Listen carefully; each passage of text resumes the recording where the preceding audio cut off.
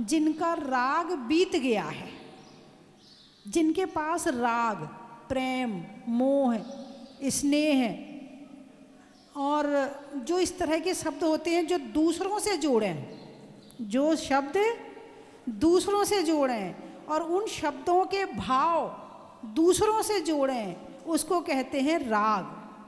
और जो स्वयं से जोड़ें उसको कहते हैं वीतराग। इनका राग बीत गया। जब राग बीत गया, जिनके पास राग नहीं है तो उनके पास द्वेष भी नहीं है, क्योंकि तो जोड़ा है। क्या है ये? जोड़ा है सुख, बोलिए ना, दुख। सुख चाहिए सांसारिक, खाने का, पहनने का, धन का, पैसे का, गाड़ी का, घोड़ा का सुख चाहिए ना? अरे बोलिए ना। तो उसके साथ में जैसे तुम्हारे साथ परछाई चलती है ना, ऐसे सांसारिक सुख के साथ में दुख चलता है। और दुख नहीं चाहिए? अरे बोलिए ना, दुख नहीं चाहिए। किस किस को नहीं चाहिए? हाथ उठाकर बताओ। दुख नहीं चाहिए तो सुख की आशा भी छोड़ दो। जो सुख की आशा छोड़ देता है उसके पास दुख भी नहीं होता है, और जो सांसारिक सुख छोड़ देता है उसके पास में परम सुख होता है।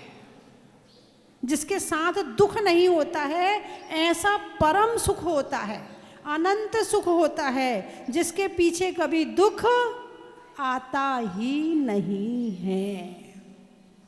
अब बताओ, सुख चाहिए? देख लो अब कैसे हाथ नीचे हो गए। अभी यहाँ से बाहर निकलते ही कौन से सुख में लीन हो जाओगे? जिसके साथ दुख होता है ना? तो वीतरागी शब्द, राग नहीं तो द्वेष नहीं, राग है तो द्वेष है। सुख है, घर में बेटा है, अच्छा लगता नहीं लगता? क्यों लग रहा है? पड़ोसी का बेटा, तुम्हारा बेटा सुंदर नहीं है, बिल्कुल सुंदर नहीं है, और पड़ोसी का बेटा बहुत सुंदर है, कौन सा बेटा अच्छा है? अरे बोलिए ना।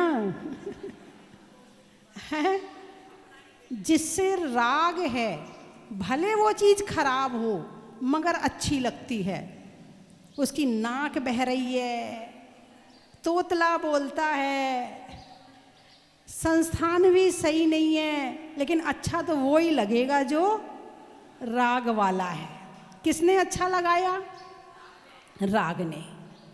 और दूसरी चीज कितनी भी बढ़िया हो वो अच्छी नहीं लगती है, किसने बुरी लगाई? द्वेष ने। जहाँ राग है वहाँ द्वेष है, और जहाँ राग नहीं है वहाँ द्वेष नहीं है। जिसने राग द्वेष कामादिक जीते उसने सब जग जान लिया, यानी केवल ज्ञान हो गया। क्या हो गया? केवल ज्ञान हो गया। उसने सब जग जान लिया। किसने? जिसने राग द्वेष काम, काम यानी जो आप समझते हैं, जिसने राग द्वेष कामादिक जीते, आदिक भी लगा दिया, राग द्वेष मोह ईर्ष्या क्रोध मान माया लोभ हिंसा झूठ चोरी कुशील परिग्रह हैं, हास्य रति अरति शोक भय जुगुप्सा स्त्रीवेद पुरुषवेद नपुंसकवेद, ये जितनी कर्म बंध के कारण हैं, जिनने इनको जीत लिया उसने सारे जग को जान लिया और उसने अनंत सुख को प्राप्त कर लिया।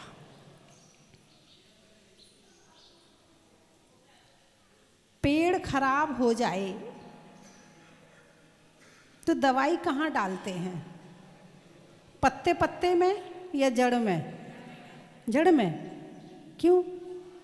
पेड़ खराब हुआ है तो पत्ते खराब हुए हैं, दवाई पत्ते की करो, जड़ की क्यों करते हो? अरे बोलिए ना। हैं? यदि तुम्हारे सिर में दर्द हो रहा है तो क्या करोगे? गोली लोगे? हैं? गोली लोगे? गोली कहाँ जाएगी? दर्द कहाँ हो रहा है? तो गलत रास्ता ये तो। क्या मतलब है? दर्द हो रहा है पेट में, सिर में, गोली खाई पेट ने, तो कैसे ठीक हो जाएगा?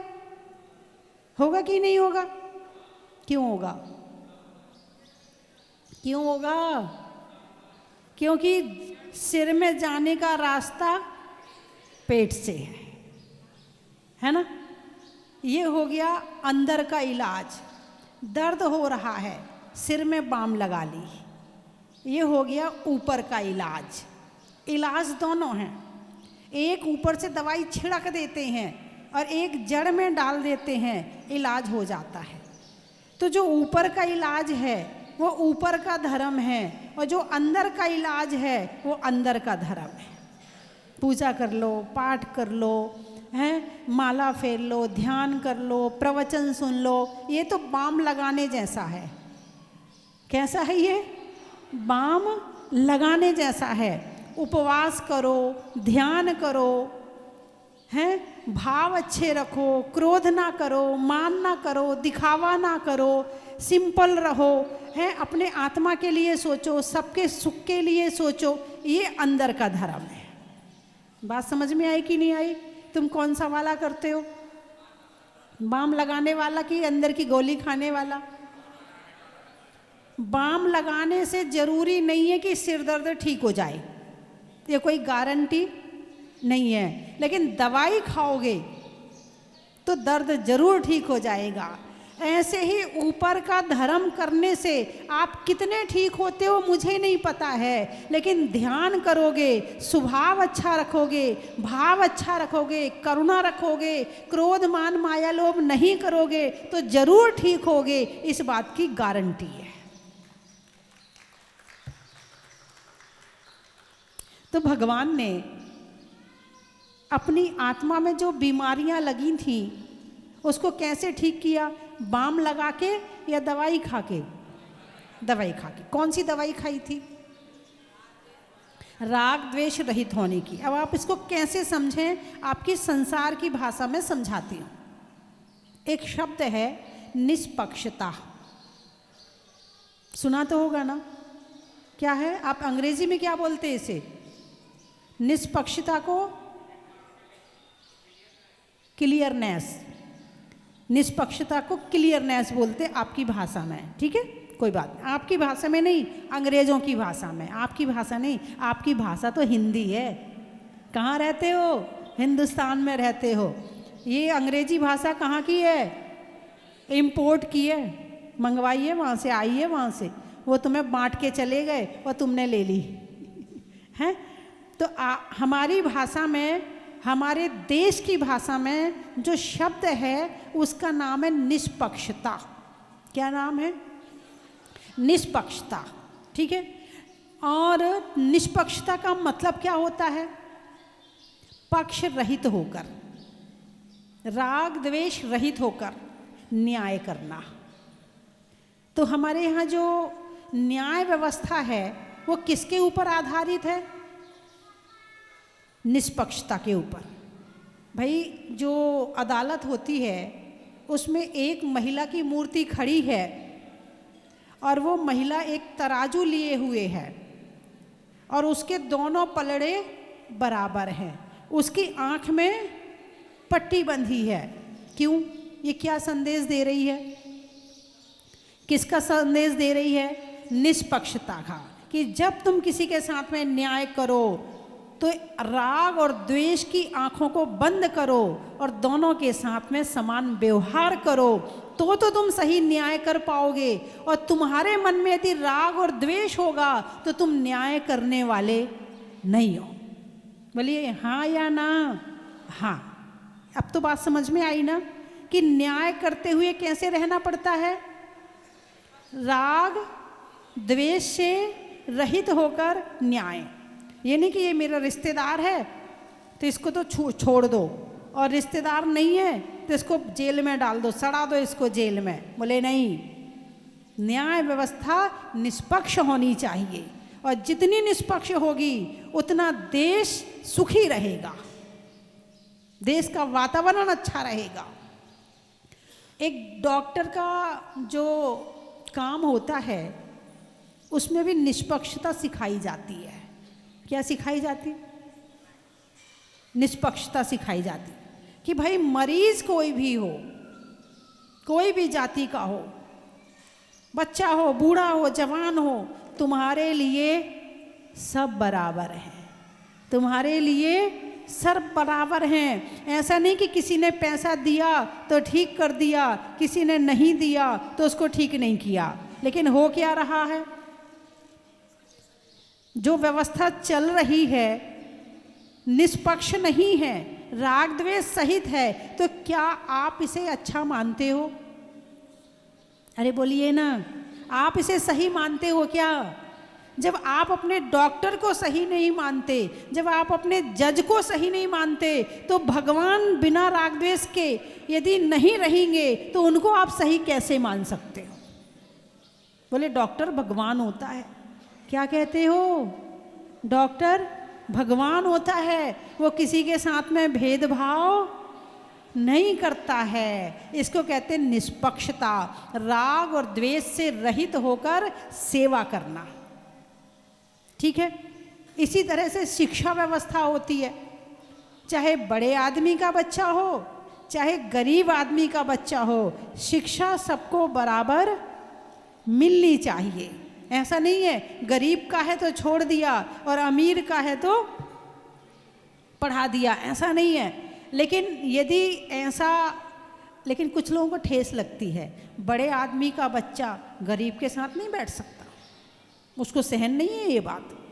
उसका बच्चा गरीब आदमी के साथ में पढ़े, उसको ये पसंद नहीं है। मेरा बच्चा, हम पैसे वाले हैं, बड़े आदमियों के साथ में पढ़ाएंगे, हम किसी छोटे के साथ में। आपकी भावना में तो राग द्वेष है, लेकिन शिक्षा व्यवस्था में राग द्वेष नहीं होना चाहिए, ऐसा कहा गया है।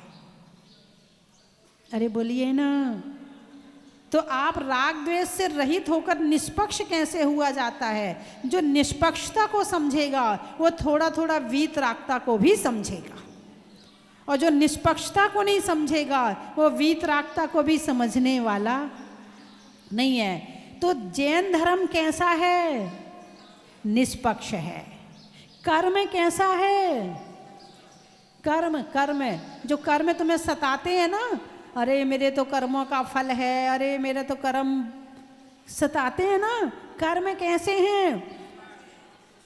तुम कितने भी रागी द्वेषी हो जाना, मगर जो कर्म है ना, कर्मों के पास में राग द्वेष नहीं है, क्योंकि कर्म पुद्गल परमाणु है, उसके पास में फीलिंग पावर नहीं है। लेकिन जो फीलिंग कर सकता है उसको उसके भाव बदलने में निमित्त जरूर है। भाई इस माइक के पास में फीलिंग पावर है क्या? आप प्रवचन सुन रहे हो ना, सुन रहे कि नहीं? कुछ हो रहा है आपको? सुनने के बाद में आपके भावों में कुछ अंतर आ रहा है? आ रहा है ना? मैं बोल रही हूँ, आप सुन रहे हैं, बोल तो ये रहा है। मैं तो बड़े धीरे से बोल रही हूँ, आपके कान तक आवाज़ कौन पहुँचा रहा है? माइक पहुँचा रहा है। टीवी तक आवाज़ कौन पहुँचा रहा है? माइक पहुँचा रहा है। इसमें फीलिंग पावर नहीं है, इसमें पावर नहीं है, लेकिन इसके बिना भी आपके अंदर सुनाई पड़ सकता है क्या? नहीं पड़ सकता है। ऐसे ही कर्म है कि कर्म परमाणु में फीलिंग पावर नहीं है, लेकिन जो फीलिंग लेता है उसके भाव बदलने में समर्थ है, निमित्त है, कारण है ना? तो जो कर्म है उनके अंदर निष्पक्षता मान लो, वो कर नहीं सकते निष्पक्षता, लेकिन एक अपन मान लेते हैं, है ना? कर्म निष्पक्ष करते, काम करते, चाहे तीर्थंकर हो, चाहे बड़ा आदमी हो, चाहे नेता हो, चाहे गरीब हो, सबके साथ बराबर न्याय है। गलती करोगे सजा मिलेगी। यहाँ का न्यायाधीश हो सकता है कि वो किसी कारणवश न्याय ना कर पाए, लेकिन कर्म के पास में ना तो घूस चलती है, कर्म के पास में ना रिश्वत चलती है, कर्म तो कर्म है, फल जरूर देता है। लेकिन हाँ, ऐसा हो सकता है जैसे जज के सामने खड़े हैं और जो अपराधी है वो अपनी गलती मानने तैयार नहीं, और गलती उसने करी, सारे प्रूफ मिल रहे हैं, और फिर भी वो बहस किए जा रहा है, फिर भी वो उल्टी सीधी बोले जा रहा है, तो जज क्या करेगा? सज़ा ज़्यादा देगा कि कम देगा? अरे बोलिए ना, ज़्यादा मिलेगी है। एक तो चोरी, ऊपर से सीना चोरी, सज़ा ज़्यादा मिलेगी। पावर है न्यायाधीश के पास में, वो जितनी चाहे सज़ा दे दे, उसको भुगतनी पड़ेगी। ठीक है। अब इसके बाद यदि वो जो अपराधी है, सर गलती हो गई, सर आज के बाद कभी शिकायत का मौका नहीं दूंगा, सर एक बार आप रियायत कर दो, आज के बाद मैं कभी गलती नहीं करूंगा, तो न्यायाधीश क्या करेगा? चल अच्छा आदमी है, क्या कहेगा? अच्छा आदमी है, चल कोई बात नहीं, इसको थोड़ी सी तो भाई देना तो पड़ेगी क्योंकि गलती करी है, लेकिन कम सजा दे देता हूं। ये क्या हुआ? सजा क्या हो गई? कम हो गई। ऐसे ही कर्म है, तुम दिन भर पाप करते हो, झाड़ू भी लगाना है, पोंछा भी लगाना है, बच्चों को भी डांटना है, सामान भी खरीदना है, व्यवस्था भी बनानी, पाप होता है।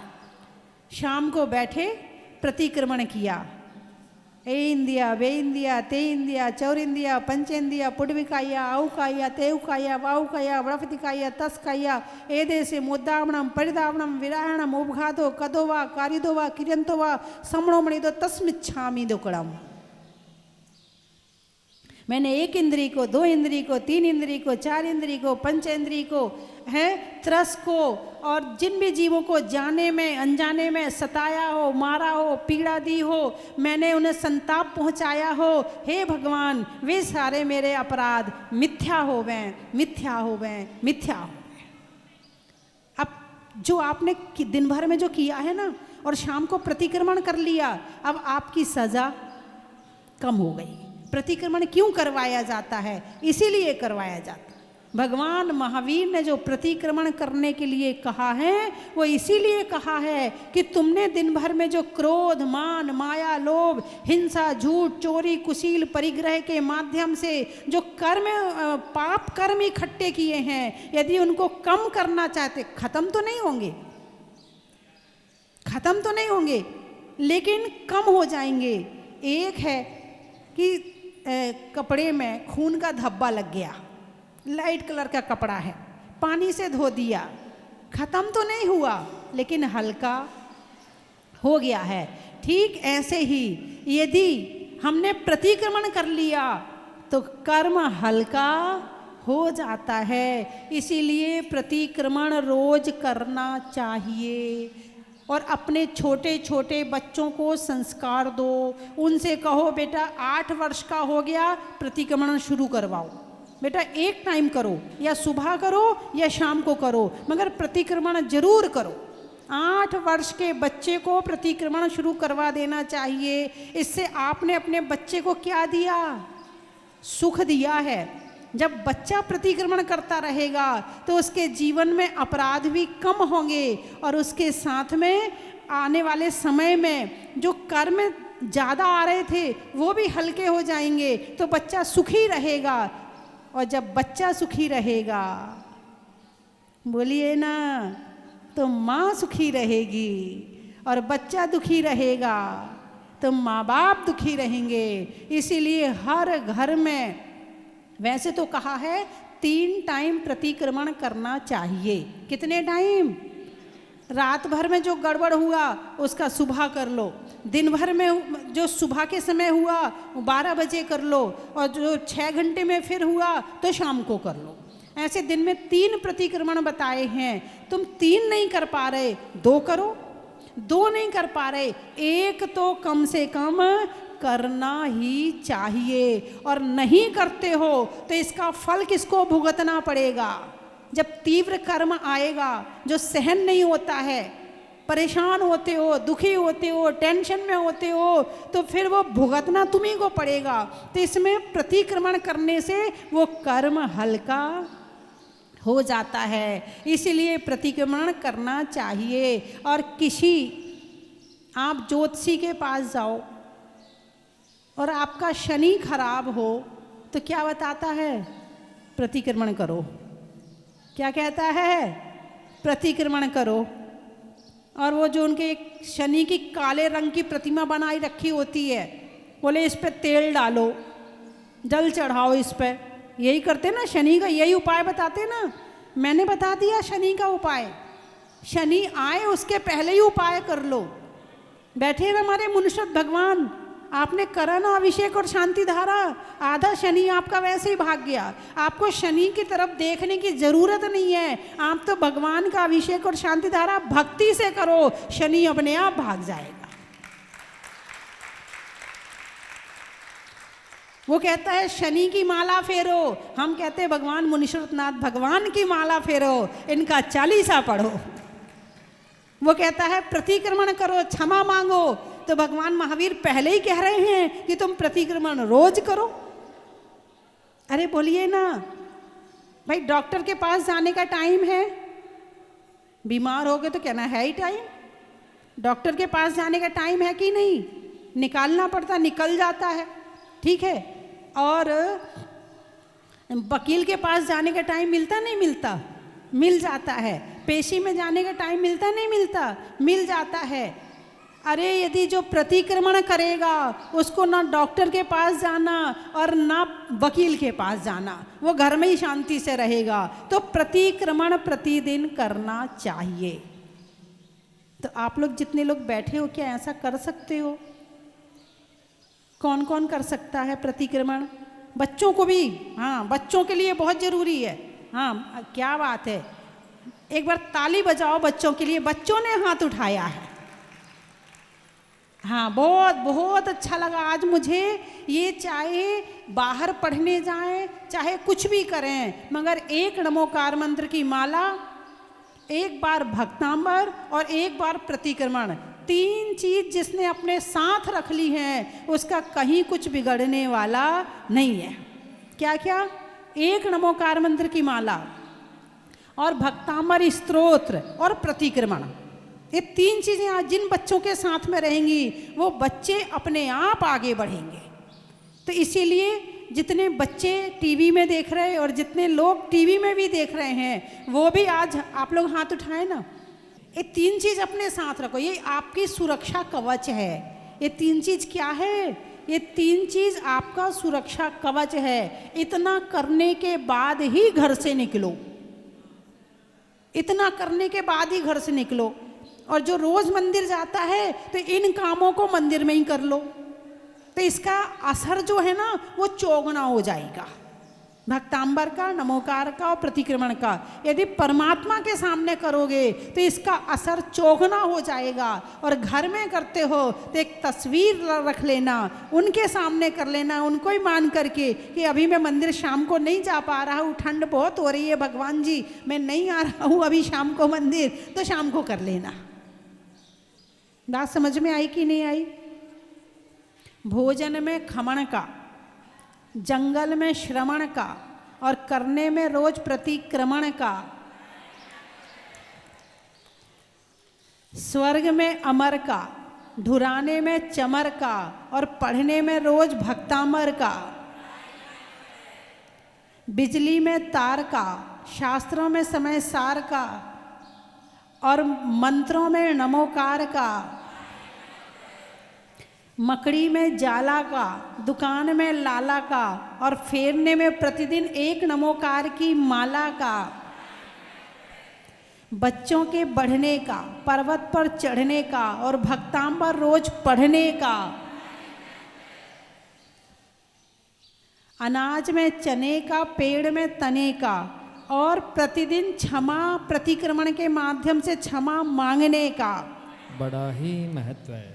तो कौन कौन अपने बच्चों को आज के बाद प्रतिक्रमण, भक्तांबर और नमोकार मंत्र की माला करवाएगा?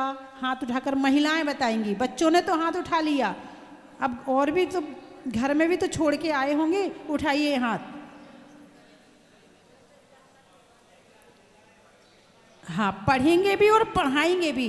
और सुनो, इसका असर और बता दूं, यदि भक्तांबर का पाठ घर में सामूहिक रूप से माता पिता बच्चे दादा दादी यदि सामूहिक रूप से सब बैठकर एक साथ पढ़ते हैं, एक साथ प्रतिक्रमण करते हैं, तो इसका असर तुम पर तो होगा ही होगा। तुम्हारे घर में जो आधी व्याधि घुस गई है वो भी भाग जाएगी। यदि घर की आधी व्याधि भी भगाना चाहते हो तो प्रतिदिन सबको बिठाकर टीवी बंद कर दो, मोबाइल बंद कर दो, उसके बाद बैठो और भक्तांबर का पाठ नमोकार मंत्र की माला 27 बार नमोकार मंत्र बोलकर, क्या कितने बार? मात्र 27 बार, माला अलग फेर लेना, 27 बार नमोकार मंत्र बोल करके आप अपने घर की आधी व्याधियों को बाहर निकाल सकते हो। डॉक्टर के यहाँ जाते हो, चक्कर लगाते हो, अरे घर में ही कुछ कर लो। क्या कह रही हूँ? बहुत मोबाइल चला लिया, बहुत टीवी देख ली, बहुत सीरियल देख लिए, अब कुछ करो जिससे घर में शांति आए और टेंशन कम हो। हाँ या ना? हैं? चलिए, समय हो गया है। मैं 3 चीज़ें बोलूँगी, आपको कहना बड़ा ही महत्व है। वैसे तो मैंने सुना दिया है, आपके शहर का और सुनने आप बैठे हुए है ना? हाँ, मुझे पता है। चलिए, कहाँ कहाँ से आए? गुना, अनाज में चना का, गर्मी में पना का और आने वालों में गुना का। बड़ा ही महत्व है। पड़रिया, पड़रिया वाले बैठे ना? हाँ। भेड़ चराने में गड़रिया का, खेत में मड़रिया का, वो ऊपर बना होता ना उसको मड़रिया बोलते हैं, खेत में मड़रिया का, और आने वालों में जबलपुर पड़रिया का। बड़ा ही। बीना, अनाज में चना का, पेड़ में तना का और आने वालों में बीना का। बड़ा ही महत्व है। बड़ौत, जेब में नोट का, नेता में बोट का और आने वालों में बड़ौत का। बड़ा ही महत्व है। आगरा, जीवन में जरा का, रहने में धरा का, आने वालों में आगरा का। चलने में पात का, मित्रों में साथ का, आने वालों में अंदेश्वर पारसनाथ का। बड़ा ही महत्व है। बिलासपुर, रिश्तों में ससुर का, देवों में असुर का, आने वालों में बिलासपुर का। इंदौर, आम की बौर का, खाने में कौर का, आने वालों में इंदौर का। नदी में नाव का, सुधरने में भाव का और आने वालों में गुड़गांव का। मंडी बामोरा, अच्छा, नेता के दौरा का, जीवन में जरा का और आने वालों में मंडी बामोरा का। महिलाओं में कड़ा का, भोजन में बड़ा का, आने वालों में बांसवाड़ा का। गोटे गांव, अच्छा, सुधरने में, होने में अच्छे स्वभाव का, नदी में नाव का और आने वालों में गोटे गांव का। पानी में गागर का, शैली में नागर का, आने वालों में सागर का।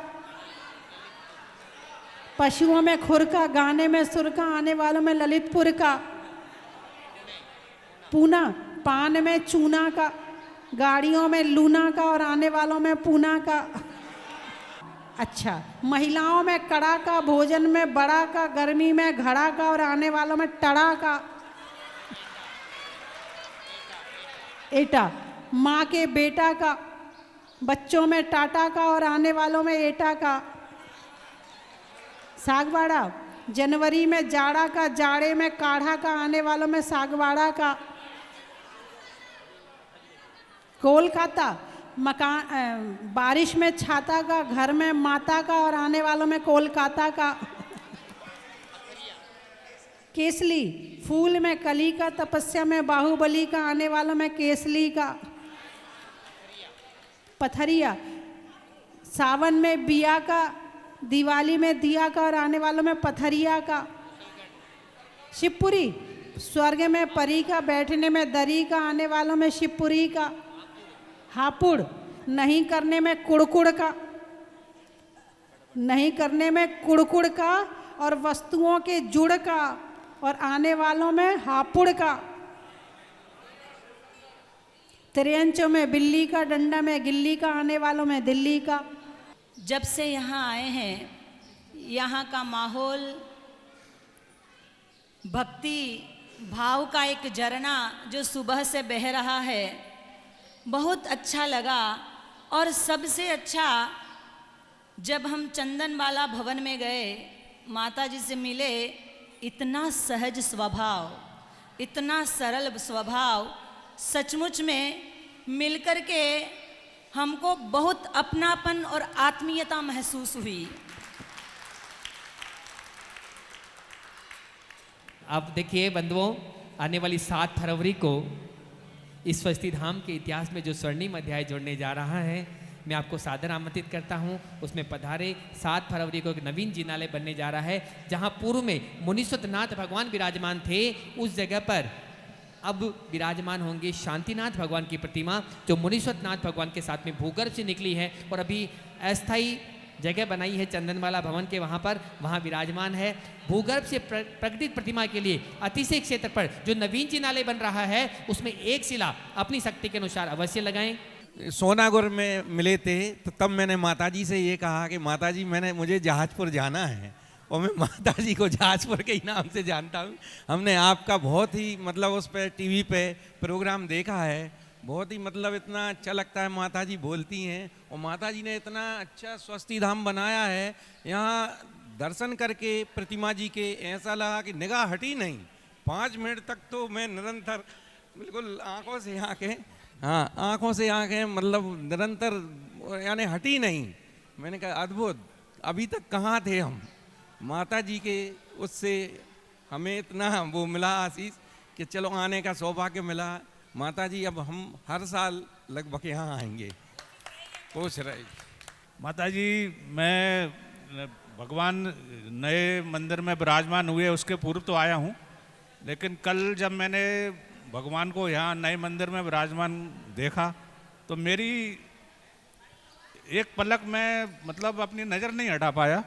मेरे को इतना मतलब भगवान में इतनी मतलब मैं शक्ति है या आपका प्रभाव है। मैं कोशिश करूँगा माता जी कि प्रति वर्ष या जब जब मेरे को समय मिलेगा मैं निश्चित भगवान के दर्शन और आपके दर्शन करके ऐसा लग रहा है कि कुछ टाइम यहाँ व्यतीत करा करेंगे। साल में जब भी लगा, हम जैन साहब रिटायर्ड हो गए हैं तो मन है कि हम लोग कुछ टाइम यहाँ देंगे भगवान के सानिध्य में और आपके सानिध्य में आकर। बंदाई माता जी, बहुत बहुत अच्छा लगा। माता जी, बीना में हमारे मध्य क्षेत्र जिनालय में पाषाण का मंदिर निर्मित हो रहा है। माता जी, मैं रोज मतलब मेरे घर में मेरे दादाजी हैं, वो दादी जी टीवी पे देखते हैं इधर का अभिषेक। आज सौभाग्य प्राप्त हुआ साक्षात मंदिर जी के दर्शन करने का और आपके दर्शन करने का। माता जी, आपके मतलब संयोग में इतना बढ़िया तीर्थ क्षेत्र बना है, बहुत अच्छी पॉजिटिव वाइब्स है। मतलब हम लोग तो रात में ही आए, आज सुबह से उठ के इतना अच्छा प्यारा लग रहा है यहाँ पे, सच में बहुत पॉजिटिव वाइब्स है माता जी। और ऐसा है कि मैं तो अब चाहूँगा न्यू ईयर अपना क्या मतलब पार्टी आर्टी करना, यही मनाया जाए न्यू ईयर माता जी। सुनते हैं, हमारी बहुत दिनों से इच्छा थी कि हम जहाजपुर जाएं और जहाजपुर वाले बाबा के बहुत अच्छे से दर्शन किए। हमको यहाँ आने के बाद इतना अच्छा लगा कि हमारा मन ही नहीं हो रहा कि हम वापस जाएं। बहुत बहुत बहुत आनंद आया माता जी, बहुत ही अच्छा लगा हमको। टीवी में देखते हैं पर आज माता जी को असली में देखने का मौका मिला है। हम पहले भी आए थे तब माता जी थी नहीं। बहुत अच्छा लगा यहाँ पे जहाजपुर दूसरी बार आने में। बंदा में माता जी पहली बार यहाँ पर आया था जब मुनीश्वरनाथ भगवान वहाँ पर विराजमान थे, जब माता जी का सानिध्य मिला था। उसके बाद मैं एक बार और आया, माता जी के दर्शन नहीं हो पाए, लेकिन बहुत इच्छा थी कि माता जी के दर्शन करूँ, मुनीश्वर भगवान के दर्शन करूँ। तो आज माता जी के दर्शन करके और मुनीश्वर भगवान के मेरा जीवन धन्य हो गया। और माता जी के जब शाम को मैं प्रवचन सुनता हूँ तो जितनी नकारात्मक ऊर्जा है ना, वो सब खत्म हो जाती है। पॉजिटिविटी इतनी आती है, जितना मन में संशय होता है स्वास्थ्य के प्रति कुछ भी, तो वो सब खत्म हो जाता है। माता जी को सुनते सुनते रोज मतलब प्रतिदिन 5:45 से 6:15 तक माता जी का प्रवचन मेरा सुनना होता है। जिनके जीवन का हर पन्ना संयम में डूबा, संत ना देखा ऐसा ग्रंथ ना देखा। जिनके जीवन का हर पन्ना संयम में डूबा,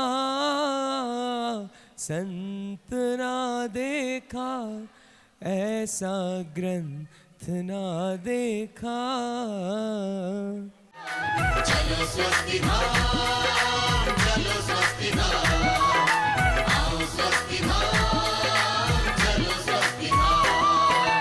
स्वस्ति धाम मुझे जाना है, मन में है ये धारणा।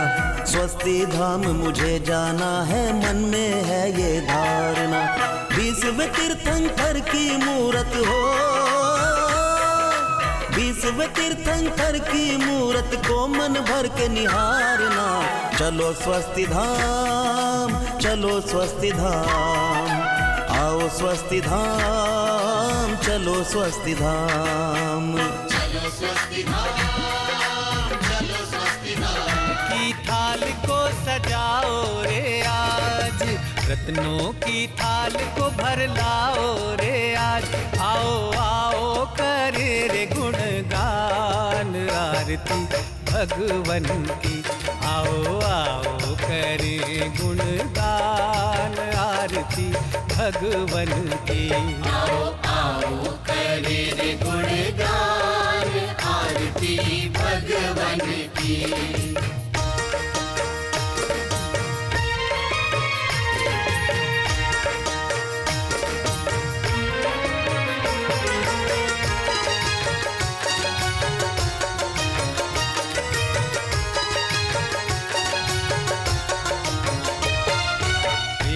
सुमित्र के राज दुलारे, माँ पद्मा जी के नैनों के तारे। पिता सुमित्र